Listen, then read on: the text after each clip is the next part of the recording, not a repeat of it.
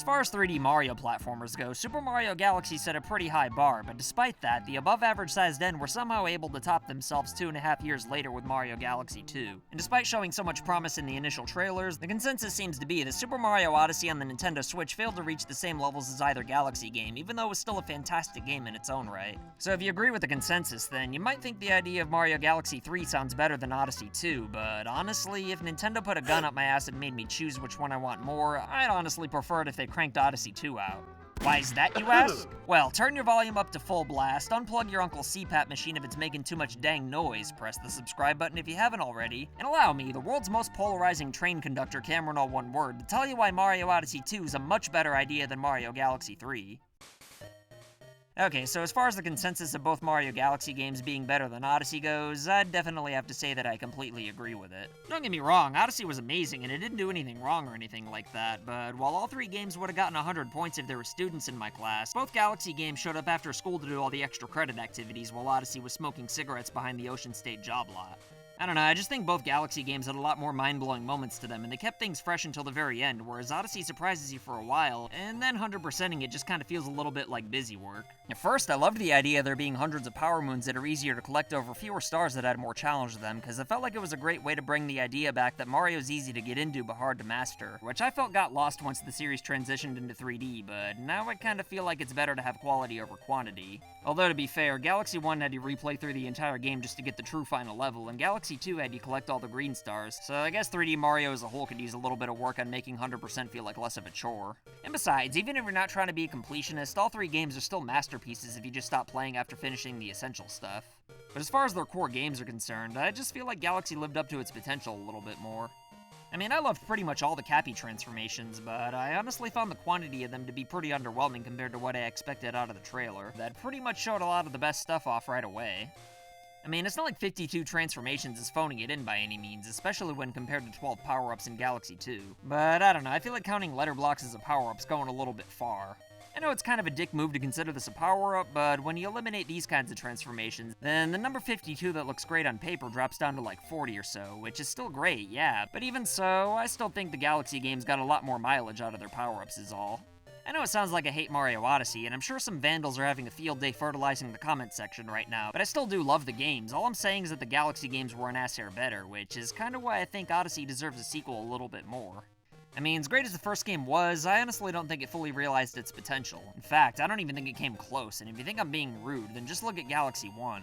Like I said, it was outstanding from beginning to end, and when they announced a sequel, my first thought was that there was no way in hell it could be as good. But pretty much everyone besides Scott the Woz and these three bozos right here would agree that it somehow topped the original, and it didn't even really change all that much, it just did more of what made the first game great. And even if you're in the camp of people who actually prefer Odyssey, whether it be for the sandbox format or any other reason, I don't think you could deny that there's just so much more that could be done. Sure, you could say the same for Galaxy. I mean, it's friggin' Mario in space. You'd probably never run out of ideas. But first of all, Joy-Cons are not the same thing as the Wii Remote at all, and Mario Galaxy without sensor bar pointer controls would probably hurt the experience a decent bit.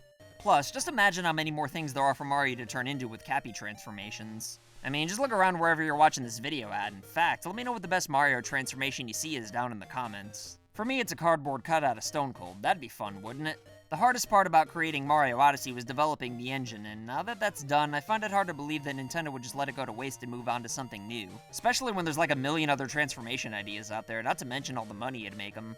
Again, I can't stress enough that Odyssey was an outstanding game, and I'm not saying it felt rushed, incomplete, or had anything wrong with it at all. It just comes down to how much more potential left on the table, and seeing as how we haven't seen any significant DLC, I'd say a brand new game's probably on the way. In fact, I'd even go a step further and say that we're probably going to hear about it, if not get it by the end of 2020.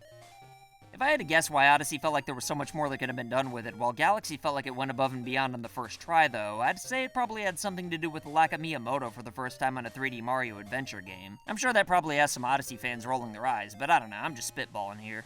It could just be that Galaxy set a bar that was so high that it's unreasonable to expect Nintendo to top it so soon. You could certainly argue that while both Galaxy games push things to the limit, there are other 3D Mario games you could go back to like Sunshine or 64, and honestly, I wouldn't even be opposed to there being more games like 3D World just as long as they didn't hinder the adventure 3D Mario games. I mean, Nintendo's a big company, so they could always hire more developers, but then again, too many Mario games might water the franchise down. I mean, as much as I love the new Super Mario Bros. Series, I'd be lying if I said that they feel special potential, but I still don't think anyone would complain if we got a Sunshine sequel, since much like Odyssey, that's also got a lot of potential for a sequel. Even though I personally think Odyssey was the better game of the two, I'd still argue that it has more potential for a sequel, and besides, it's still fresh in Nintendo's mind, so it would also be way easier to make than a Sunshine 2. Hopefully Nintendo tries new things with old Mario games someday, though, while also continuing to pump original ones out as well. And you know what, while we're at it, why not make a sequel to Super Mario Bros. 2, aka Doki Doki Panic? I know it's not 3D Mario, but if they're still making sequels to Yoshi's Island games, then I don't see why Doki Doki Panic can't get another run. But as cool and nostalgic as it'd be for retired Mario games to get sequels, though, I still think Odyssey deserves one the most. But anyway, which 3D Mario game do you think deserves a sequel more? Should it be Galaxy 3 since it'd probably be more fun? Do you think Odyssey 2 has more potential? Or do you think Nintendo should sell the Mario IP to Google and use the money to invest in the tobacco industry? Either way, let me know what you think in the comments down below, and as always, my fat ass is gonna try my goddamnedest to respond to everybody. But let me tell you, if there's two people who deserve sequels on the Nintendo Switch, then it would definitely be today's patrons of the day, Michael D and T-Just Dinks. If you want to be badasses like these two, then consider supporting FU Game Crew on Patreon for loot boxes in the mail and other wacky rewards. And if you want to make a cameo, then send pictures or videos of you rocking any FU Game Crew merch like these legendary human beings you see before you. As always, like and share this video anywhere on the internet to help this channel grow. And if you want to prove that you're not down with registered sex offenders, then go ahead and press the subscribe button if you haven't already. My name's CameronAllOneWord, and I'll be back with more videos soon. So I want to say thank you to your loyalty, thank you for your support.